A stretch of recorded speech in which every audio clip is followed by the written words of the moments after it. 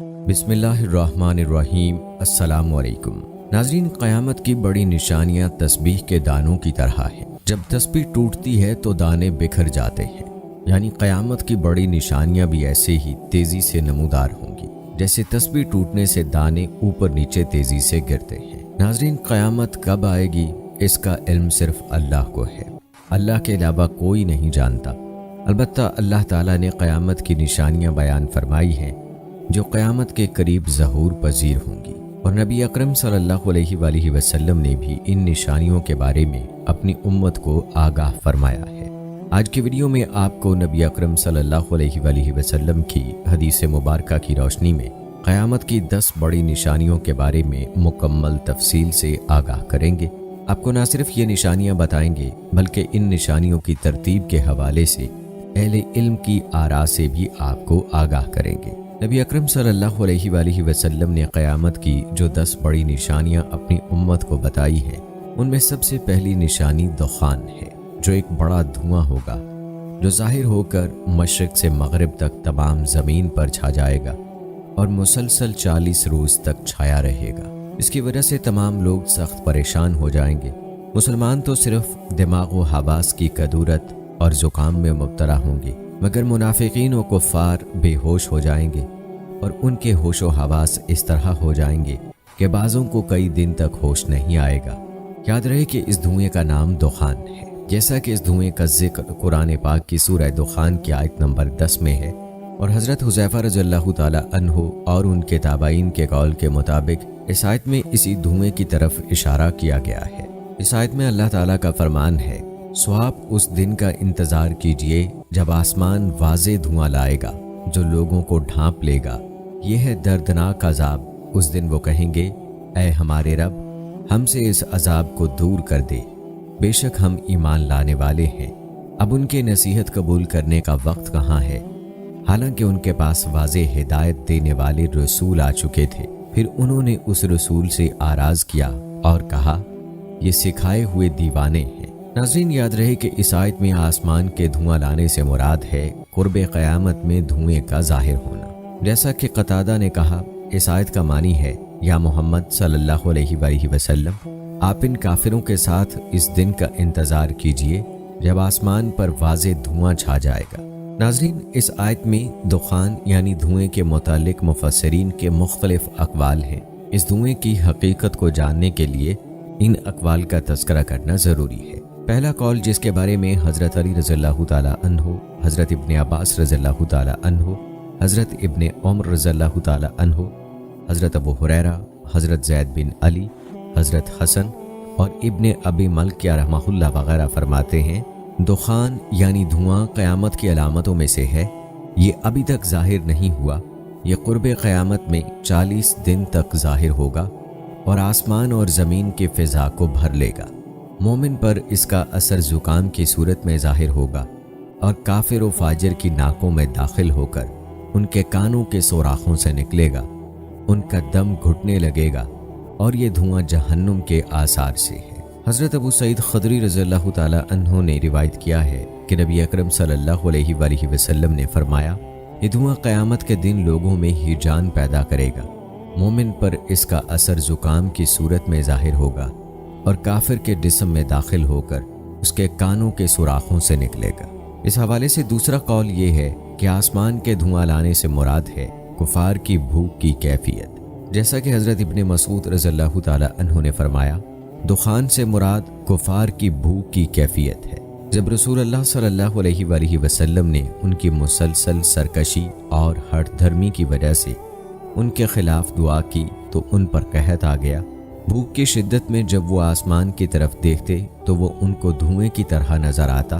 پھر اللہ تعالیٰ نے رسول اکرم صلی اللہ علیہ وآلہ وسلم کی دعا سے ان سے وہ کیفیت دور کر دی۔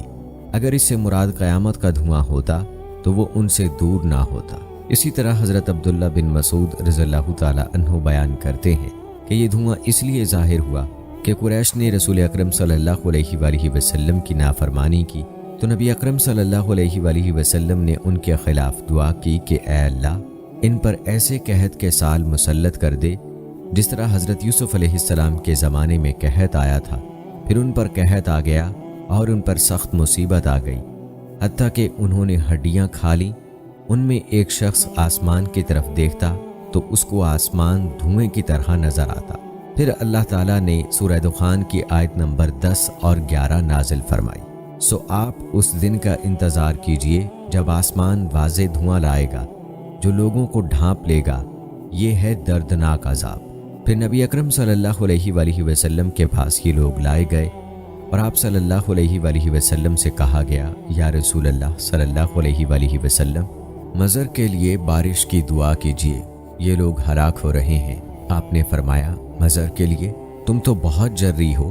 پھر آپ نے بارش کی دعا کی، بارش نازل ہو گئی۔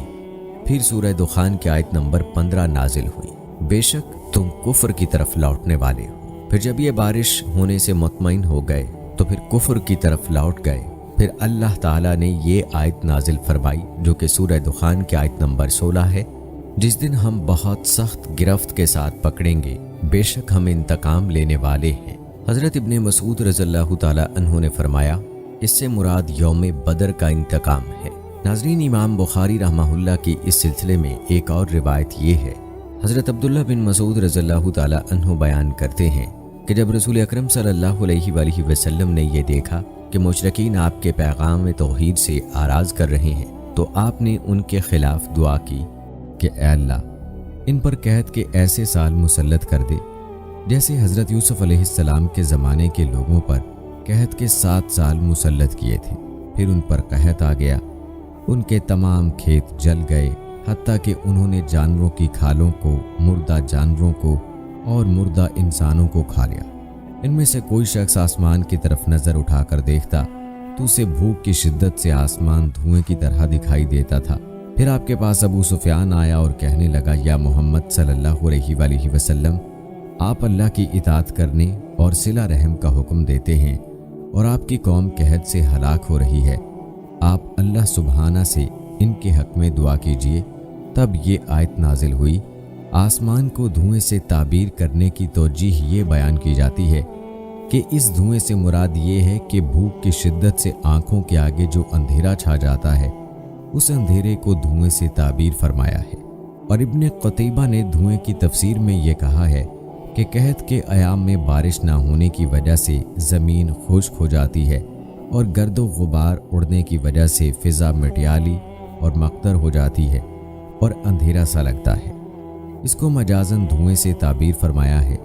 دوسری وجہ یہ ہے کہ عرب کے لوگ جو شر پھیل جائے اس کو دھوئیں سے تعبیر کرتے ہیں۔ رہا سوال کہ کون سی روایت معتبر ہے، تو دوستو پہلی روایت کے مطابق آسمان کے دھواں لانے کا مطلب یہ ہے کہ قرب قیامت آسمان پر دھواں ظاہر ہوگا اور یہ قرب قیامت کی علامت ہے۔ اور دوسری روایت کے مطابق ایام قحط میں کفار کی بھوک کی کیفیت کو مجازاً دھوئیں سے تعبیر فرمایا ہے، اس لیے پہلی روایت رائج اور معتبر ہے کیونکہ وہ حقیقت پر محمول ہے اور دوسری مجاز پر۔